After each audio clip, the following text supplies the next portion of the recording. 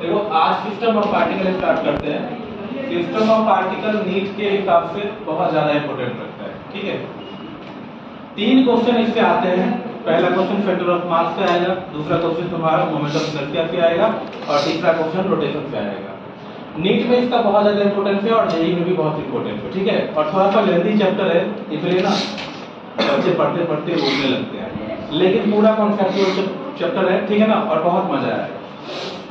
System of particle and rotation इसका पूरा name है, system of particle and rotational, ठीक है ना, रोटेशनल मेथड। सबसे पहले हम बात करते हैं कि आखिर सिस्टम क्या होता है। सिस्टम कहने का मतलब यह है कि जैसे a system is a collection of very large number of particle which mutually interact with each other. System कहने का मतलब मैं फिर ये कह रहा हूँ कि अगर जैसे मान लो कोई बेंच और डेस्क बना हुआ है, तो एक सिस्टम से बना हुआ है, नीचे उसके रिंग बनी हुई है, फ्रेम बना हुआ है, उसके ऊपर लकर लगा हुआ है, तो एक सिस्टम है कि नहीं है। हर चीज का एक सिस्टम होता है। फैन बना हुआ है, तो फैन में अगर मान लो 3 ब्लेड्स है, तो तीनों के बीच में एक एंगल बना हुआ है, 120 120 120 का एंगल बना हुआ है, तो उसी को सिस्टम बोला जाता है। कि जब कोई भी अगर हम कोई इंस्ट्रूमेंट्स बनाते हैं या फिर हम कोई भी जॉब अगर बनाते हैं, ठीक है, अगर वो जॉब बिल्कुल परफेक्ट हो गई, ठीक है, तो उस चीज को हम कहते हैं कि ये जो हमने जॉब बनाया वो बिल्कुल परफेक्ट जॉब हो गया, वो एक सिस्टम कहलाने लगा, ठीक है। जैसे इंडियन गवर्नमेंट की अगर कोई रूल निकालती है, तो वो रूल जब तब तक वैलिड नहीं होता है, जैसे किसान रूल निकाला था, ठीक है, तो लोगों ने नहीं एक्सेप्ट किया, ठीक है, लोगों ने एक्सेप्ट नहीं किया, मतलब वो लागू नहीं हो पाया, वो सिस्टम नहीं बन पाया। गवर्नमेंट ने लगाया था लेकिन सिस्टम कहाँ बन पाएगी वो, तो उसको एबॉलिश कर दिया गया। यही है फिजिक्स के अंदर सिस्टम तब कोई बन पाता है जब 2 सिस्टम 4 सिस्टम एक साथ जुड़े हुए हो, 2 सिस्टम पार्टिकल। तो मान लो बहुत सारे पार्टिकल एक साथ जुड़ के एक नए चीज का फॉर्मेशन कर रहे हैं, कुछ नया फॉर्म कर रहे हैं, उसी को क्या बोला जाता है, सिस्टम बोला जाता है, ठीक है। नेक्स्ट पॉइंट जो है इसमें वो है पार्टिकल। पार्टिकल क्या होता है, एक छोटा से छोटा जो माइन्यूट पार्टिकल होता है, ऑब्जेक्ट होता है, पॉइंट मास होता है, वो भी क्या होता है, पार्टिकल होता है। तो पार्टिकल का डेफिनेशन क्या होगा, एन ऑब्जेक्ट, कोई ऐसा ऑब्जेक्ट, कोई ऐसा मास, ठीक है ना, और मास इज फाइनाइट, जिसका मास क्या हो, फाइनाइट हो, ठीक है। ये नहीं कि वेरिएबल मास नहीं होना चाहिए, मास क्या होना चाहिए, फाइनाइट होना चाहिए, ठीक है। कोई ऐसा ऑब्जेक्ट जिसका मास क्या हो, फाइनाइट हो, ठीक है, but whose size and internal structure can be neglected। अब साइज इसका कुछ भी हो सकता है, ठीक है। जैसे मान लो कि अगर मैं एक स्क्वायर बनाता हूँ, ठीक है, तो इसका साइज कुछ और है, इसका एक रेक्टेंगल बनाया, ट्रायंगल बनाया, उसका साइज कुछ और है, एक रेक्टेंगल बनाया, उसका साइज कुछ और है। तो साइज और इंटरनल स्ट्रक्चर के बारे में हम बात नहीं करते हैं, लेकिन पार्टिकल वही कहलाता है जिसका बस मास फाइनाइट होना चाहिए, क्योंकि अगर मास वैरी करेगा तो उसको हम इसमें कंसीडर नहीं कर सकते, ठीक है। जो सबसे मोस्ट डिविया और पहला पॉइंट है अपना, एक क्वेश्चन नीट एक और एक दो तीन क्वेश्चन जो है ना जेईई हर साल आता है, वो सबसे पहला पॉइंट है सेंटर ऑफ मास, ठीक है।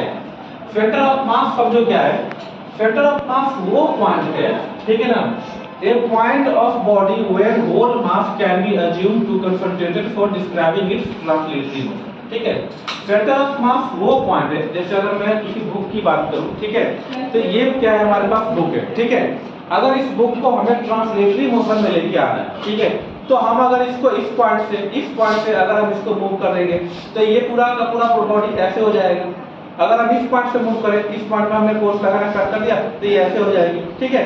तो हमें किस पॉइंट पे होल्ड करना पड़ेगा, बिल्कुल इसके सेंटर पे, इसका जो सेंटर पॉइंट है इस पे हमें एक कीज से छेद करेंगे और फिर देखो ये सेंटर ऑफ मास ऐसे होगा, ठीक है।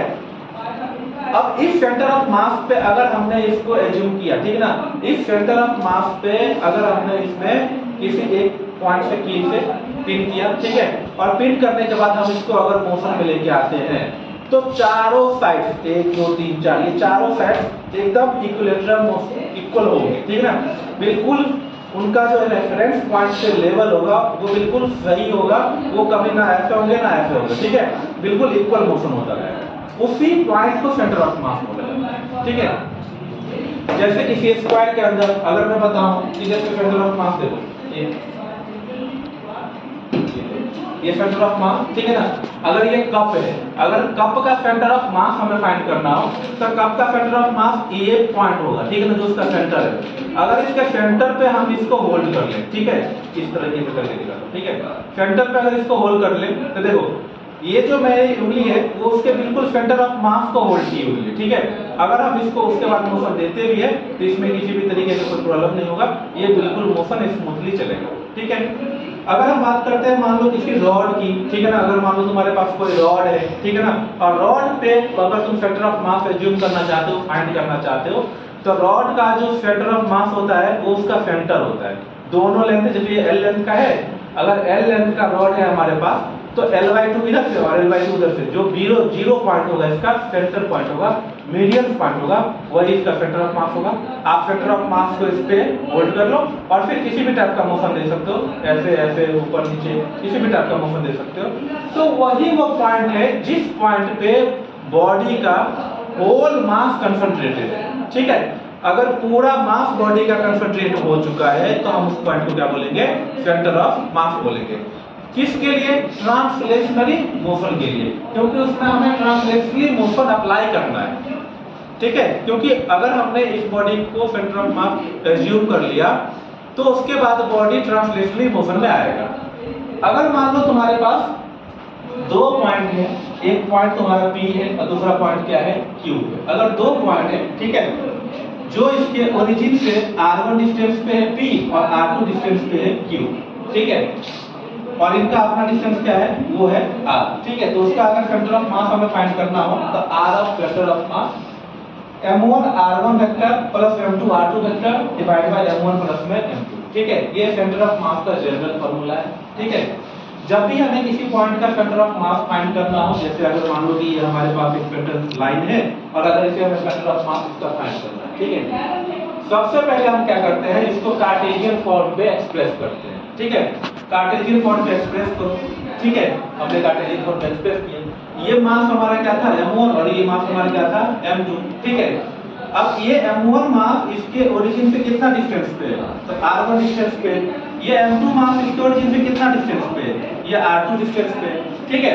तो इसका मतलब है कि जो इन दोनों का जो सेंटर ऑफ मास होगा, ये m1 का और ये P और Q का जो सेंटर ऑफ मास होगा वो कहीं इनके बीच में लाई करेगा, ठीक है। जिस पॉइंट को हम इस पूरे बॉडी का, इस पूरे सिस्टम का सेंटर ऑफ मास बोल सकते हैं, नहीं बोल सकते, ठीक है। तो उसका जनरल फॉर्म होता है R centre of mass equals में m1 r1 vector plus m2 r2 vector divided by m1 plus में, ठीक है। अगर मान लो किसी कंडीशन में m1 जो है वो m2 का इक्वल दे दिया, ठीक है, अगर m1 m2 का इक्वल दे दिया तो उसके लिए हम क्या करेंगे, सीधे r1 vector plus r2 vector divide by 2, उसका एक जनरल फार्मूला होता है कि r1 प्लस r2 बाय 2, ठीक है। अगर मान लो कि हमें जो कोऑर्डिनेट पॉइंट दिया हुआ है, जो मास दिया हुआ है, उसका ना कुछ कोऑर्डिनेट दे दिया, इसका x1, y1 कोऑर्डिनेट दे दिया और इसका कोऑर्डिनेट दे दिया x2, y1, ठीक है। ध्यान से सुनना, ये P पॉइंट है, इसका कोऑर्डिनेट x1, y1 और ये Q पॉइंट है, इसका कोऑर्डिनेट x2, y, ठीक है। एक पॉइंट ऐसा होगा P और Q के बीच में, ठीक है, जिस पॉइंट पे हम पूरे सिस्टम का मास एज्यूम करेंगे, क्योंकि सेंटर ऑफ मास हम फाइंड कर रहे हैं, ठीक है। तो जो ओरिजिन से x डिस्टेंस पे होगा, मतलब x डिस्टेंस और y एक्सिस पे, ये y एक्सिस पे y डिस्टेंस होगा कि नहीं होगा। उसके लिए जनरल फॉर्म होता है कि अगर हमें x of centre of mass find करना है तो हम क्या करेंगे, m1 x1 प्लस में m2 x2 divide by m1 plus में m2, ये x के लिए होता है। और अगर y फाइंड करना है हमें, y of centre of mass m1 y1 plus में m2 y2 divide by m1 plus में, ये m1 y1 ये x और y है क्या, ये x y ये है कि अगर मान लो हमारा सेंटर ऑफ मास इस पॉइंट पे, ठीक है, फॉर एग्जांपल ये देखो, ये तुम्हारा P और Q मास था, ये इसका x1 y1 कोऑर्डिनेट और Q का x2 y2 कोऑर्डिनेट। मान लो कि इस पॉइंट पे ये R पॉइंट आया, ठीक है ना, और इस R पॉइंट का कोऑर्डिनेट हमें फाइंड करना है। तो इस R पॉइंट का कोऑर्डिनेट ही तो है ये, ठीक है, इस R पॉइंट का ही तो कोऑर्डिनेट है x m1 x1 plus m2 x2 divide by m1 plus m2, और ये R का दो कोऑर्डिनेट होगा और ये y कोऑर्डिनेट है R का, r का x कोऑर्डिनेट ये हो जाएगा और y कोऑर्डिनेट ये हो जाएगा। वो r क्या है? r उस दोनों मास का p और q मास का सेंटर ऑफ मास है। क्लियर है इतना? कोई डाउट यहां तक? ठीक है। अगर मान लो यहां तो दो सिस्टम की बात हो रही थी, अगर दो सिस्टम दिया हुआ है तो कोई दिक्कत नहीं है। मान लो अगर दो सिस्टम से ज्यादा दे दिया, ठीक है ना, किसी पॉइंट में अगर तुम्हें दो सिस्टम से ज्यादा दे दिया, अभी मैं न्यूमेरिकल्स कराऊंगा बहुत सारे जिसमें नीट में आए हुए क्वेश्चन करेंगे तो उसमें पता चलेगा तुम्हें कि दो सिस्टम से ज्यादा दिए हुए हैं। तो अगर दो सिस्टम से ज्यादा है, 2 पॉइंट मास से ज्यादा अगर है तो उसको कैसे फाइंड करोगे? तो जितने भी पॉइंट मास दे रखे हैं तुम्हें उन सबको ऐड करते चले जाएंगे। m1 x1 plus m2 x2 plus mn xn divide by m1 m2 m3 mn तक। तो ये टोटल मास कितना हो गया? m1 m2 m3। ये टोटल मास कैपिटल M को शो करेगा क्योंकि अब तो बॉडी बड़ी हो चुकी है। Total mass of the system और ये m सम ऑफ mx। ठीक है। हमें अगर y centre of mass find करना है कि centre of mass of y, तो m1 y1 plus m2 y2 plus mn yn divide by m1 m2 m3 divide by, ठीक है। तो sum of summation of my divide by capital M। इतना clear है? इस पे बहुत सारे क्वेश्चन अभी हम करेंगे, ठीक है।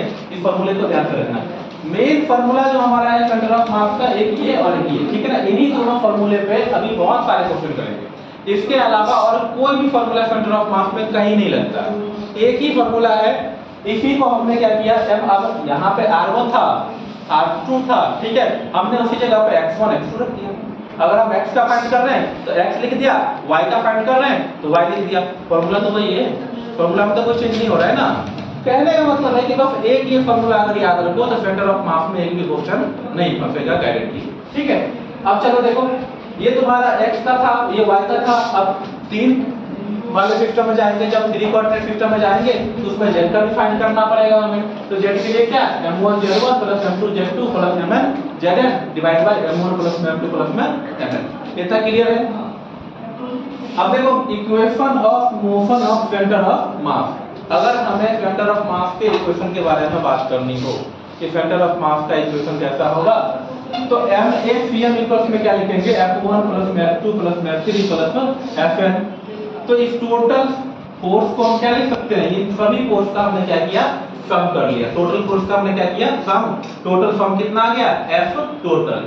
तो F टोटल MACM इक्वल्स में क्या, मतलब मास और इनटू में acceleration of centre of mass equals में कितना, टोटल फोर्स। तो इसको हम क्या लिख सकते हैं, A vector centre of mass equals में d square RCM divide by dt square.